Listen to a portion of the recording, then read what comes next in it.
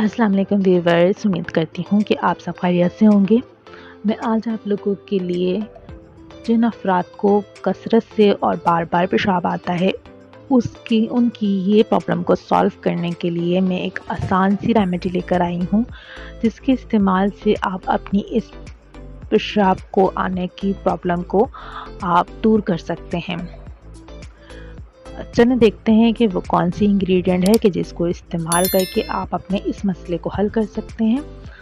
आपने लेना है सिंघाड़े, जो आपके फ्रेश सिंघाड़े होते हैं, वो लेना है आपने, और उनको पानी के अंदर अच्छी तरह से धोकर पहले उनको बॉयल कर लेना है, उनको गला लेना है।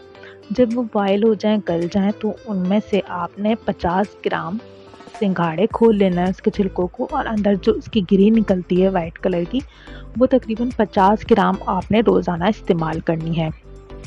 और इसको आप रोज़ाना इस्तेमाल करें, कम से कम 3 हफ़्ते आपने इसको इस्तेमाल करना है। इसके इस्तेमाल के बाद आपकी जो कसरत से पेशाब आने से या बार-बार पेशाब आने का जो आपकी प्रॉब्लम है, वो सॉल्व हो जाएगी।